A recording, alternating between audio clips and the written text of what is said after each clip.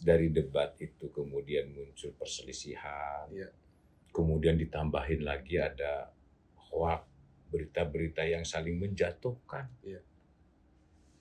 Mari para pemuda-pemuda, kasihanilah bangsa kita. Kasihanilah para pahlawan-pahlawan kita yang menaikkan merah putih dulu.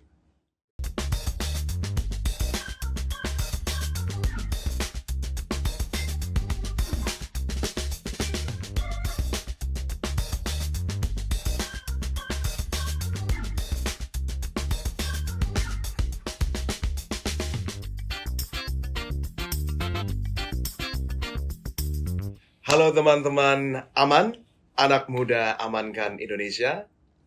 Kami saat ini berada di kediaman seseorang yang sangat spesial. Kita bersama the one and only Bapak Jenderal Profesor Dr. Dudung Abdurrahman, Purnawirawan, tapi tetap strong ya Bapak ya. Masih strong. Dan juga bersama kami off cam ada Ketua Umum Aman, James Karnadi, Dewan Pembina, Fairal Rizky, dan juga tentunya kenapa ada Bapak Dudung? Karena dia adalah anggota Dewan Kehormatannya, anak muda amankan Indonesia. Nah, kayaknya mungkin cukup luas masyarakat kenal sama Pak Dudung. Tapi mungkin malam ini kita bisa mendengarkan sesuatu yang belum pernah didengarkan nih, Pak. Dari sepak terjang 35 tahun berkarir, mengabdi sejak 88 sampai 2023. Dari seluruh perjalanan itu, Pak, kira-kira apa sih yang menjadi satu momen yang sampai sekarang Bapak pegang terus sebagai kebanggaan karir, Pak? Oke. Makasih ya Mas. Jadi saya setelah lulus perwira tahun 88, kemudian saya ditugaskan di daerah operasi di Timur Timur. Saya cukup lama di sana, kurang lebih sekitar 5 tahun. Artinya 5 tahun itu ya kita melaksanakan operasi terus. Kemudian saya pindah ke Bali, kemudian ke Bandung, dan saya berpangkat mayor, berangkat lagi ke Timur-Timur, tugas operasi lagi sebagai Wadanjun 401, Banting Redes, kembali baru istirahat 2 minggu, berangkat lagi sebagai tim Yunamed saat jejak pendapat di Timur-Timur. Pulang dari Yunamed, kurang lebih 9 bulan, saya berangkat tugas lagi ke Maluku Utara. Terjadinya konflik komunalistik antara Obed dan Acan waktu itu. 1 tahun 2 bulan, kemudian saya pulang, kemudian saya sesko. Setelah saya sesko, saya diberi kepercayaan untuk sebagai komandan batalion di Lampung di 143, dan langsung berangkat ke daerah operasi di Aceh Utara waktu itu. Terjadi konflik dengan GAM.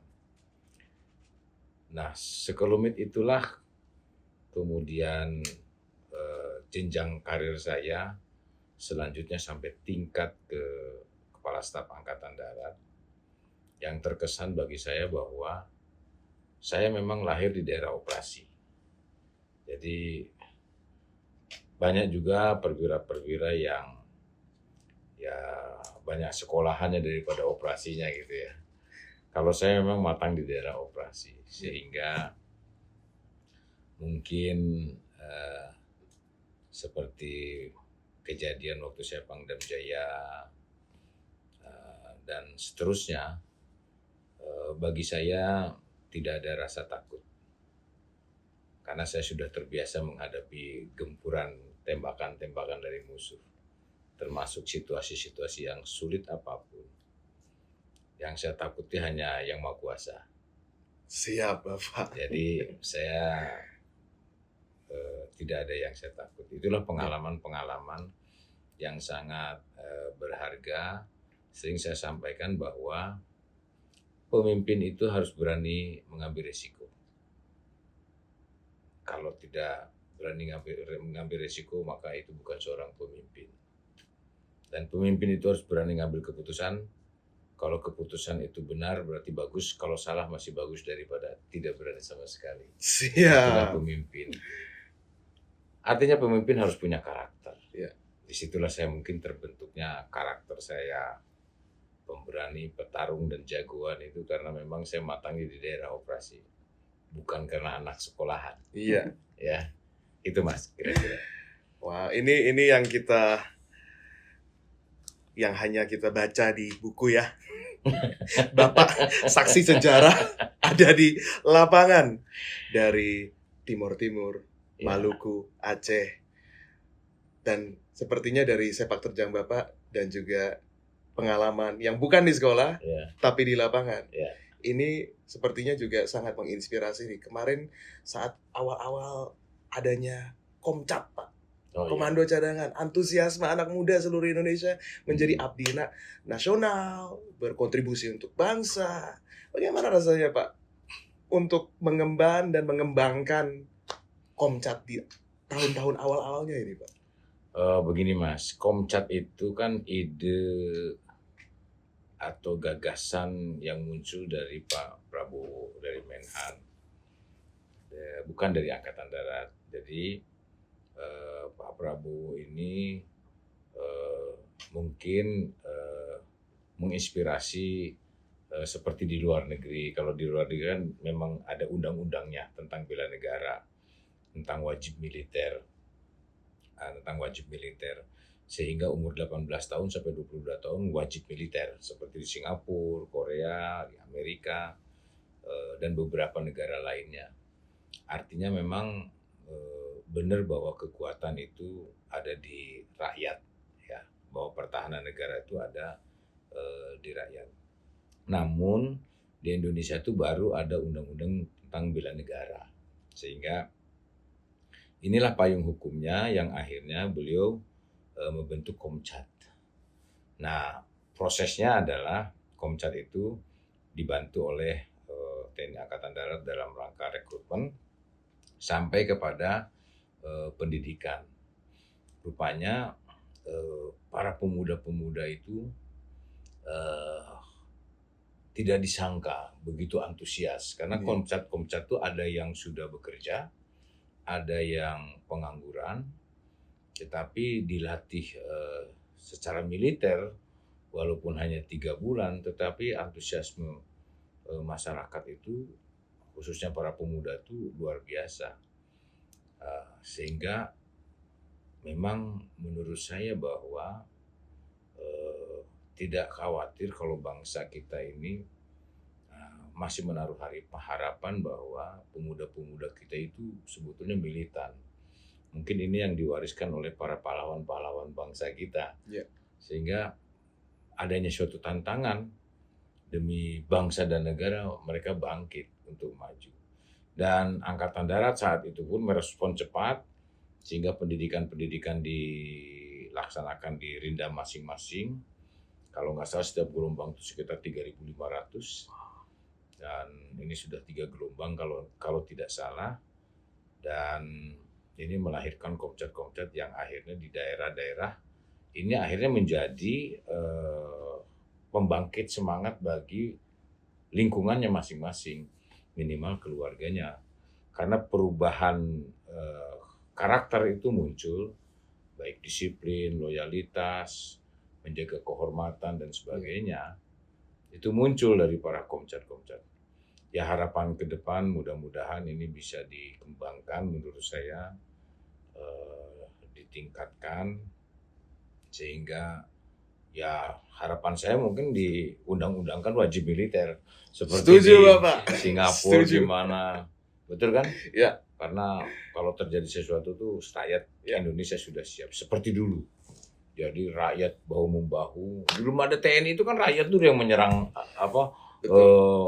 mengusir penjajah. Betul kan? Apa adanya kita. Apa adanya, betul kan? Ya. Saya setujunya demikian lah. Mudah-mudahan bisa terlaksana. Untuk teman-teman aman yang nonton, terinspirasi kan. Kan anak-anak muda ada namanya FOMO, Pak. Iya, iya. Kalau yang lain ikut mau ngikut. Oh, gitu. Jadi udah dibilang 3.500, 3 gelombang selanjutnya yang nonton ikut ya. Tapi sayangnya udah nggak ada Pak Dudung di situ. Pak Dudung di sini bersama kami. Ya, Pak Dudung tentunya setuju. Sekarang Indonesia anak mudanya banyak sekali, Pak. Iya, iya, Masa depan milik anak muda, Pak. Betul ya? Betul. Kira-kira harapan bangsa apa nih, Pak? Sekarang sudah menjadi seorang warga sipil. Kira-kira apa harapannya melihat dunia di luar militer? Ya. Kepada anak-anak muda, menurut saya anak muda itu kan ada dua yang harus kita pegang teguh bahwa ke depannya itu. Yang pertama sebagai agen perubahan. Yang kedua itu sebagai kontrol sosial. Ya. Yang pertama agen perubahan itu begini. Saya katakan bahwa keberhasilan dan kemenangan itu berasal dari keberanian merubah sesuatu yang baru. Ya. Kalau kita tidak pernah berubah, maka ya begini-begini saja. Saya punya keyakinan bahwa pemuda-pemuda Indonesia saat ini jauh intelektualnya dengan zaman-zaman saya lah. Ya, zaman-zaman saya. Artinya sekarang sudah generasi Z, ya, generasi milenial ini pemikirannya sudah out of the book kalau menurut saya. Dan ini sangat penting sekali kaitannya untuk menyongsong 2045 bonus demografi. Ya. Ya. Kita lihat di Jepang itu untuk mencari seorang pemuda itu kesulitan. Cari supir taksi aja rata-rata di atas 70 tahun. Nah, di Indonesia sumber daya manusianya itu luar biasa. Kan begitu. Artinya 2045 nanti bonus demografi, maka Indonesia akan menjadi negara yang sangat maju. Dan saya punya keyakinan bahwa pemuda-pemuda Indonesia itu intelektualnya tidak kalah sama negara luar. Setuju. Betul, Setuju, kan? Pak. Dan beberapa orang saya ketemu pemuda-pemuda dengan usia masih relatif muda, tetapi mereka sudah memimpin perusahaan, kemudian memimpin beberapa organisasi yang hakikatnya selalu ingin memajukan tentang bangsa ini. Ini jadi harapan bagi saya, ya saya sudah umur 58, anggap sajalah sudah relatif tua, apalagi udah dikatakan pensiun kan. Tapi semangatnya masih muda. Tetapi semangat saya ingin mendorong bahwa pemuda-pemuda kita ini karena apa? Menurut saya dulu Bung Tomo umur 23 tahun sudah berani nyerang sekutu. Walaupun dia bukan militer. Dia hanya dididik kepanduan saja. Kalau sekarang itu pramuka lah. Yeah.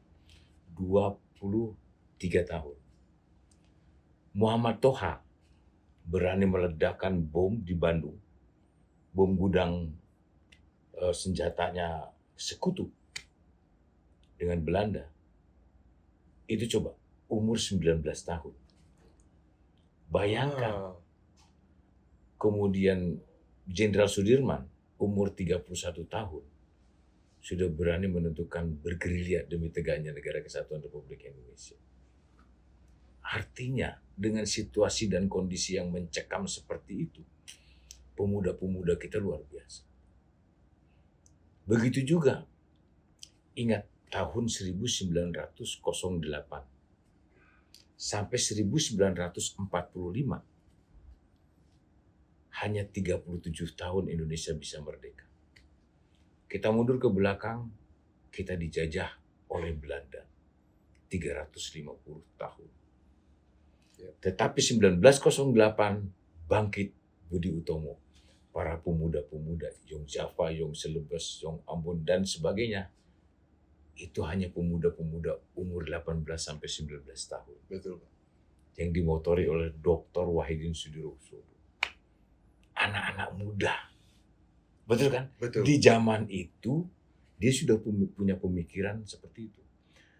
Rupanya mungkin kita dijajah oleh Belanda 350 tahun itu ada manfaatnya juga. Kita sudah sering ditekan. Iya. Akhirnya bangkit para pemuda-pemuda.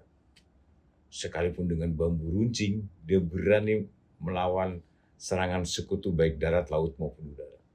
Betul. Artinya rela berkorbannya itu luar biasa. Benar nggak? Ya. Itu ciri bangsa Indonesia. Betul kan? Betul. Ciri bangsa Indonesia berani mati. Rela berkorban. Walaupun cucuran darah dan air mata para pemuda-pemuda kita. Bagaimana bangsa ini akan merdeka. Nah, keyakinan yang saya rasakan ini dengan pemuda-pemuda yang sekarang, saya yakin tetesan-tetesan darah itu mengalir ke pemuda saat ini. Punya modal pemuda sekarang ini. Iya. Punya modal semangat perjuangan, punya modal semangat rela berkorban untuk memajukan bangsanya, dan punya semangat untuk berdiri sendiri, tidak tergantung kepada negara luar. Saya punya keyakinan itu, apalagi intelektualnya sudah semakin maju. Ingat Sumpah Pemuda dibuat tahun 1928. Ya. Sampai sekarang itu masih ada. Betul, Pak. Betul nggak? Ya. Begitu juga proklamasi kemerdekaan Republik Indonesia yang dibuat Soekarno. Bukan undang-undang dasar, itu dibuat oleh para pemuda. BPUPPKI yang buat itu. Benar kan? Iya. Ya. Dan kalimat-kalimatnya, narasinya itu. Bayangkan. Artinya itu pemuda-pemuda dulu tuh hebat.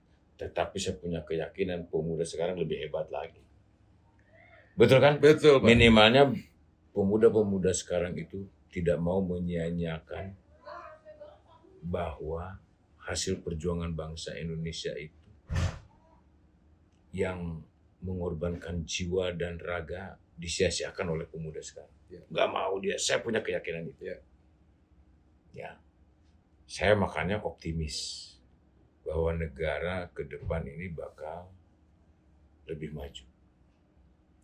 Apalagi dengan sekarang kita rasakan di era kepemimpinan presiden-presiden, bahkan Pak Jokowi sekarang Presiden Republik Indonesia ini, menurut saya luar biasa lah. Artinya sumber daya manusia ditingkatkan, perekonomian ditingkatkan, dan infrastruktur juga ditingkatkan. Artinya ini sebagai sarana yang nantinya untuk akan lebih memajukan ke depan bangsa ini. Ya, setuju, Pak. Jadi itu menurut saya. Memang pemuda Indonesia tegas, penuh tekad, dan kalau di bawah tekanan tetap tangguh. Ya. Ada Dan satu lagi, Pak, modal yang kelupaan. Tadi satu lagi kan yang belum. Iya. Jadi yang kedua itu adalah sebagai pengontrol sosial. Pengontrol sosial itu begini. Tadi yang pertama kan sebagai agen perubahan, yang kedua sebagai pengontrol sosial. Pengontrol sosialnya di mana? Para pemuda-pemuda sekalian, kita punya pengalaman bagaimana G30 PKI, bagaimana munculnya DITII, bagaimana kita munculnya Permesta. Dan kesini-sini terjadi konflik komunalistik di Ambon, di Poso, di Papua, bahkan di Kalimantan pernah terjadi. Artinya tidak serta-merta bahwa konflik itu terjadi disebabkan oleh internal kita. Pasti ada faktor-faktor eksternal yang kita tidak mengerti atau mungkin kita terjebak. Dulu perang antara Barat dan Timur sehingga muncullah komunis di Indonesia.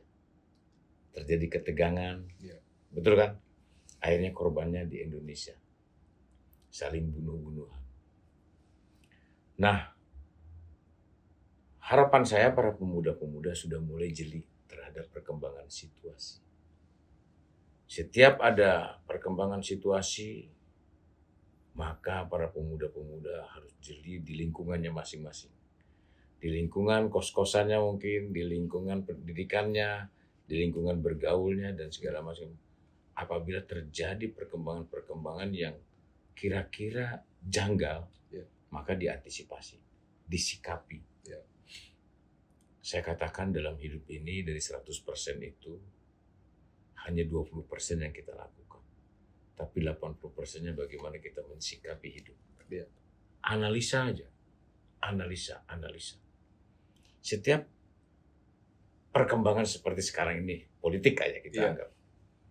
Ada mulai isu-isu dan segala macam. Nah, pemuda jangan terpancing.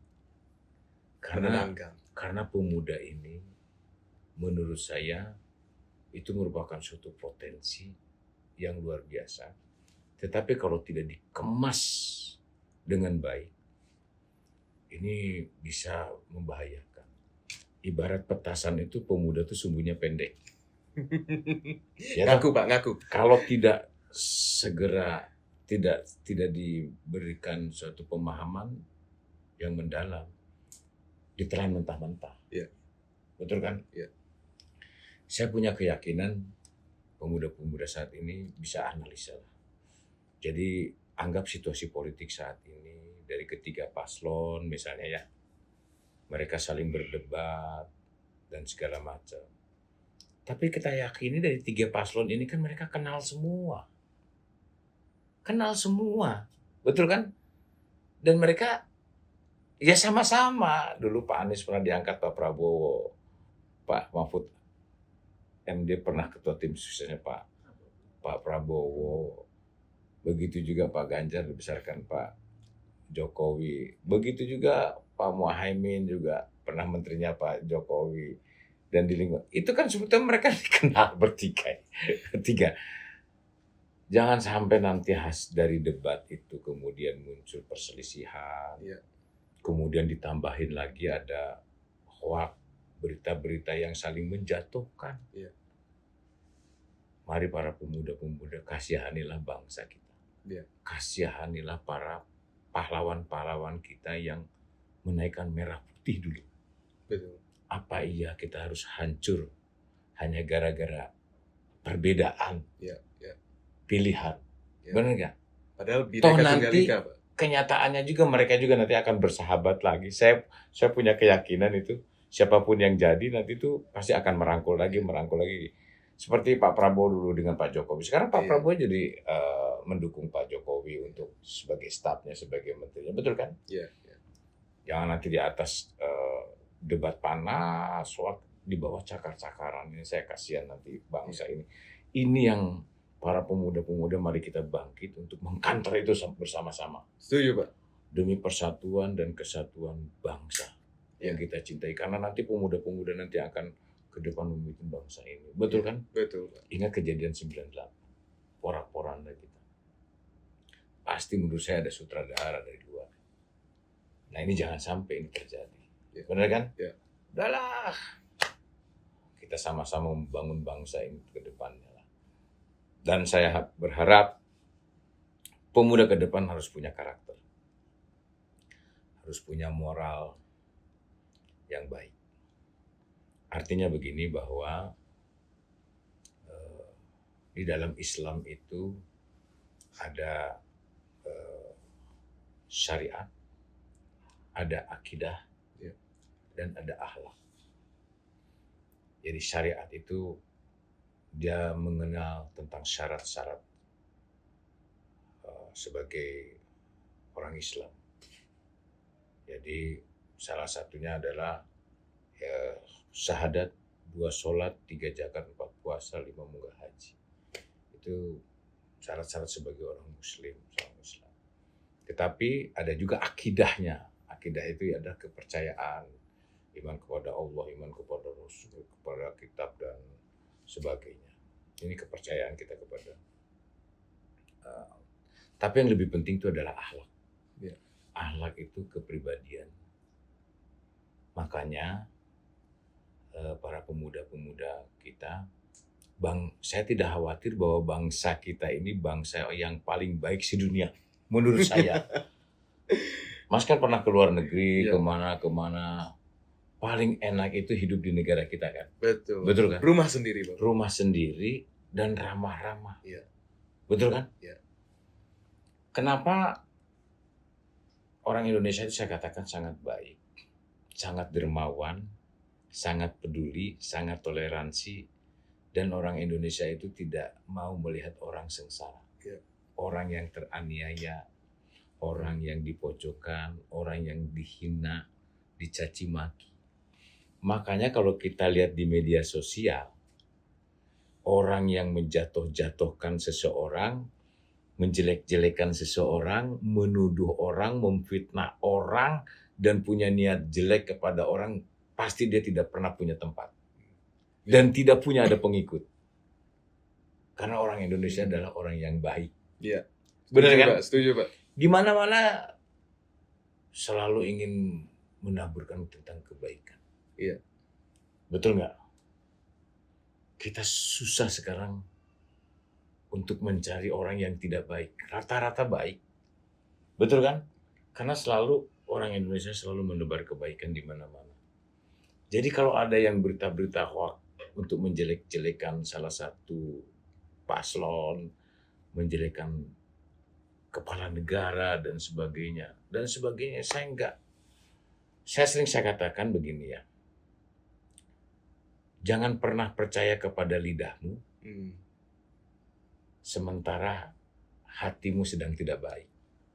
Jadi jangan bicara kalau hatimu lagi tidak baik. Iya.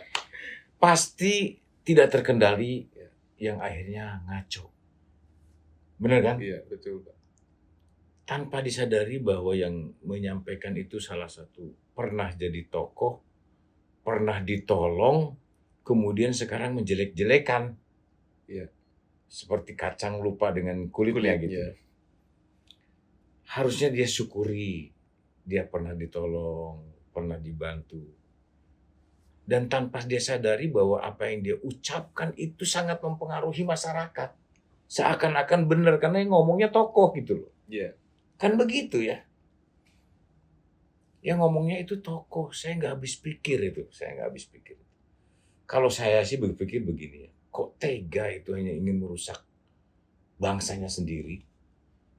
Betul kan? Iya. Memancing, mengajak, akhirnya orang itu memunculkan suatu kebencian.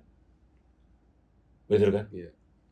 Padahal kalau itu terjadi dan kemudian orang yang dituju itu yang dibenci, kemudian terjadi sesuatu, mencelakakan dirinya. Iya.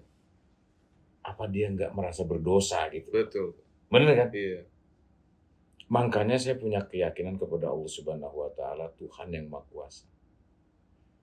Di Indonesia ini, apabila ada orang yang terhina, terpojok, diremehkan, dikecilkan,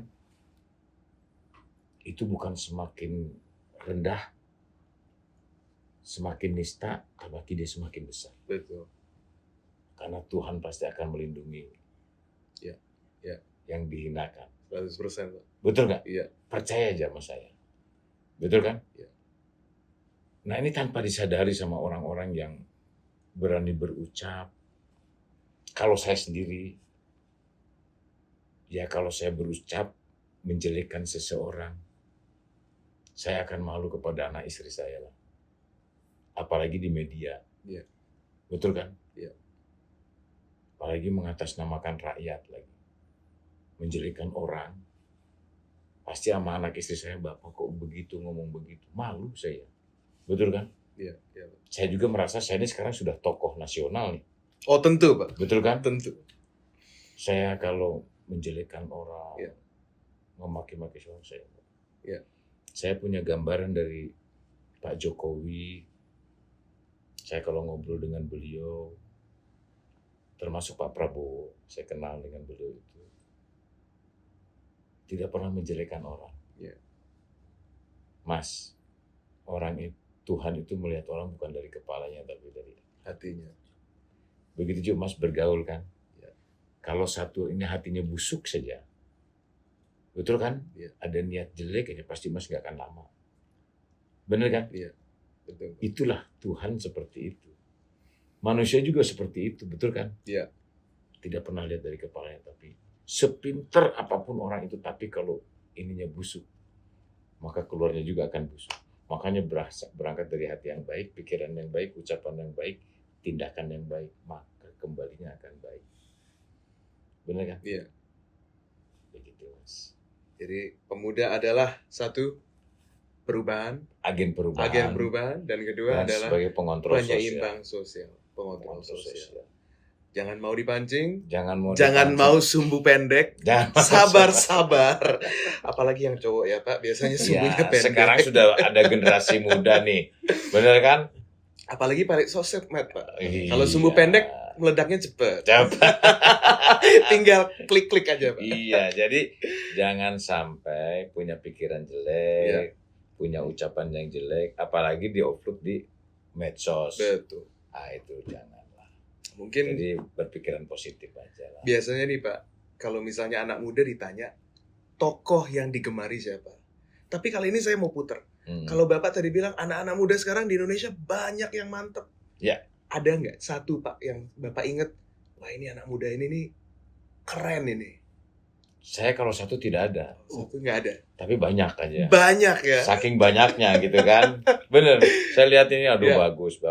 Kayaknya saya tidak bisa membandingkan karena mereka punya kelebihannya Iya. masing-masing. Iya. Bener kan? Iya, Pak. Tokoh anak-anak muda yang keren-keren gitu. Betul ya. Kalau gitu sekarang mungkin sebelum kita tutup 3 kata Pak yang mendeskripsikan anak muda masa depan Indonesia. 3 kata Pak. Ya, anak muda masa depan adalah harapan. Mantap, setuju banget Pak Dudung. Ini kalau misalnya sudah sering menyemangati prajurit, emang kedengerannya jadinya walaupun cuman di ruangan nggak banyak orang, Iya. juga semangat Pak. Semangat. Karena saya optimis. Jadi saya menaruh harapan besar Iya. kepada generasi-generasi muda. Bahkan waktu saya kasat pun anak-anak muda yang angkatan 98, itu saya jenderal-jenderal kan. Iya. Saya nggak mau yang udah tua-tua sudah mau pensiun, nah yang muda-muda dulu. Karena Iya. mereka masih fresh. Iya. Ya harapan saya dengan yang masih fresh, masih semangat, jangan terkontaminasi. Iya.